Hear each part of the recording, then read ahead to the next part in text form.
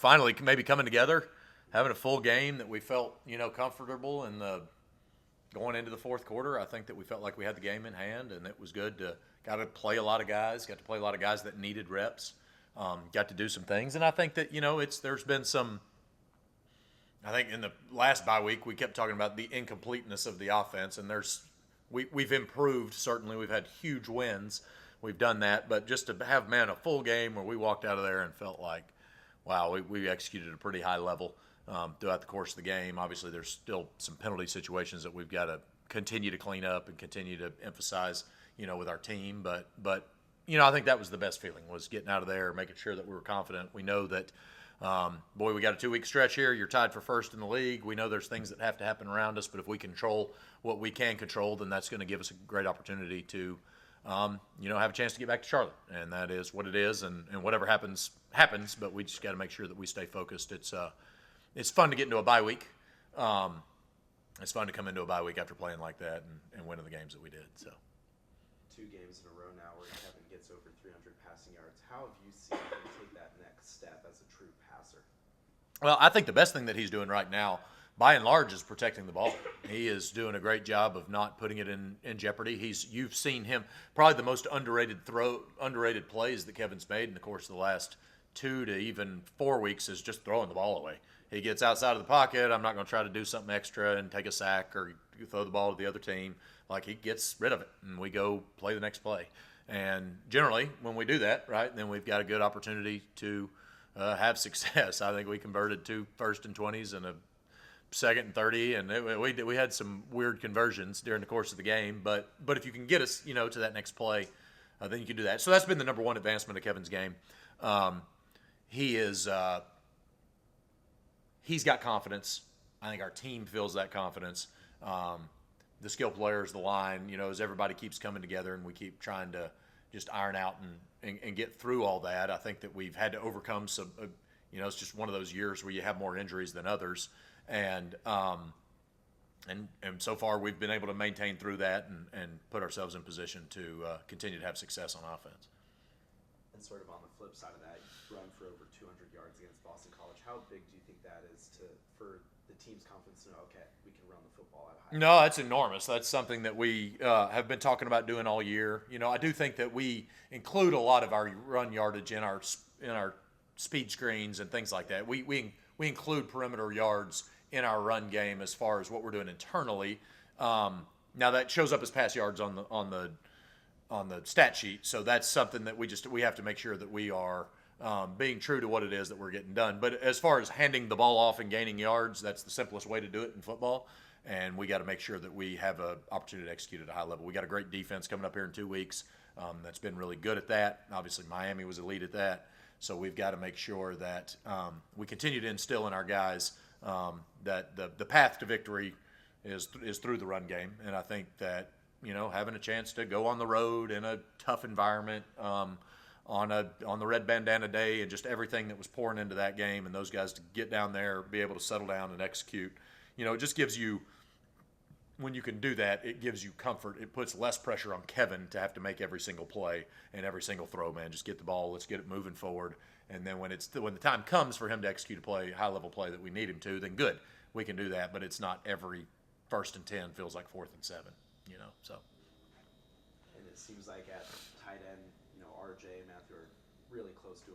We've seen them make some big plays. How have you seen them really get better as the season goes on? Man, it's been fun to watch that group. I do think offensively we can support 2 tight ends. I think we've proven that over the course of a number of years.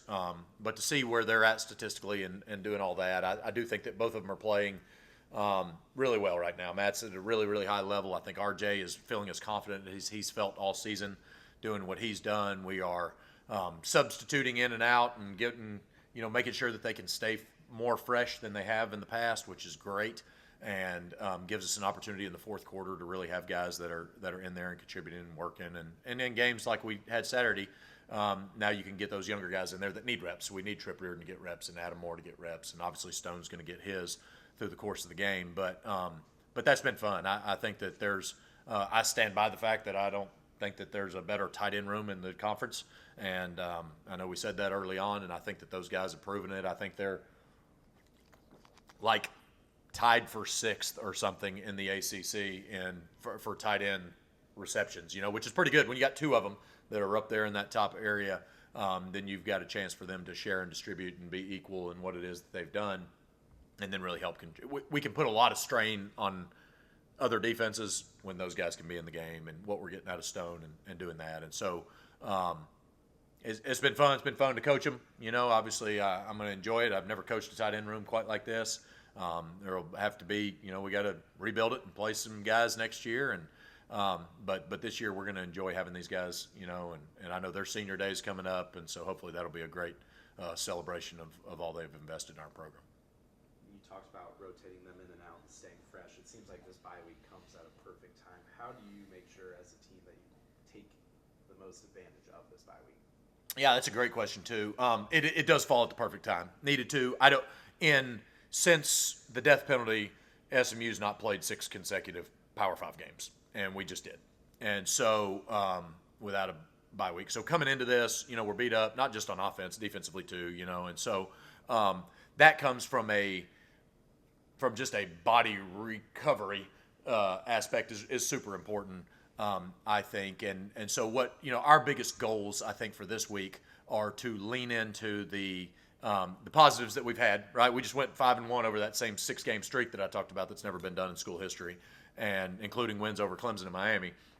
And so now you're rolling in here, and you've got a chance to maintain the momentum that you need to do, right? The things that we've really been good at the past couple of weeks, which is playing fast, playing, physical is kind of one of those that you got to give a little bit, but you got to play fast. You got to lean into the recovery portion of what it is that we're doing, and you got to make sure that the sloppiness that still exists in the game sometimes, that we're doing everything that we can to extinguish that so we can continue to execute at a high level, which is what you saw on Saturday.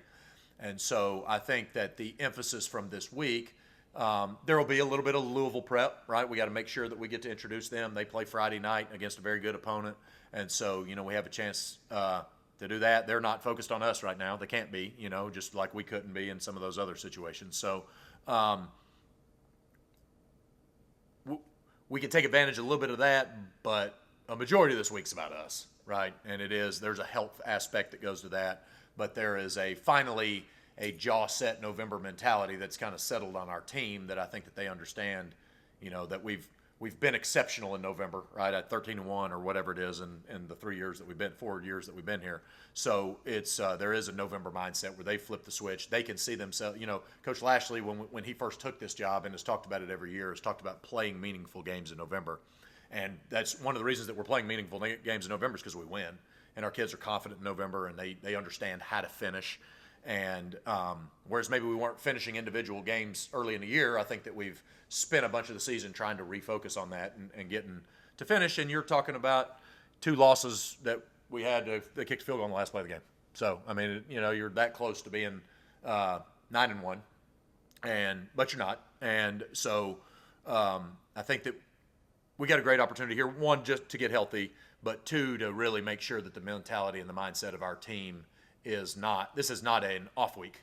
This is a bye week. This is a prep week. This is an investment week. Let's get our bodies better. Let's make sure our tempo's right. Let's clean up the penalties where we can clean them up. Let's do all the things that winners do in November. And I think that's the biggest goal about what we're trying to get done here. Last one for me, just Jordan Hudson. The staff knows what he's been capable of for years, but he's really started to produce on the field. How satisfying is that for, of course, him, but also just for the whole team to fulfill his potential? Yeah, well, anytime you get your best players playing their best, then that's what you want to do. Jordan is obviously a unique talent, right? I mean, as I was telling a pro scout out there today, I've seen 3 like him in my entire coaching career. One of them was Robert Meacham, who was a first-round pick, Rasheed Rice, and then him, as far as a skill set at his size. And so being able to capitalize on that is great for him. Obviously, it helps drive our offense, right? Gives Kevin great confidence, gives him more confidence in what we're doing, and it opens up other guys on the field. Now we really got to focus on this guy. Oh boy, but now this guy, and you know what I mean? And you got Matthew Hibner and RJ Maryland and Romello Brinson and Ymir Knight and guys that are doing that. And then all of a sudden TJ Harden's rushing for 150 yards, and now all of a sudden, okay, this is a real problem on offense that we've got to deal with. And so yes, really happy for Jordan, because I think that he's finally getting closer to the closer to the potential that he's always had. That's kind of reflective maybe of even our offense. Man, we've had great potential this whole year. We're getting closer and closer to that. It's happening as Jordan's doing his, and it's, you know what I mean? It's you want to break at the right time, right? You want to break at the right time, and I think that we're kind of maybe in the flow to where if we can break on offense right now, then this is the time that you want to be doing that, right? 2 big games left ahead with an opportunity to get you to the ACC championship game, and then whatever the postseason, has in store for us. But really, really happy for him, and it's kind of a smaller picture of what our offense is doing right now too, I think. So.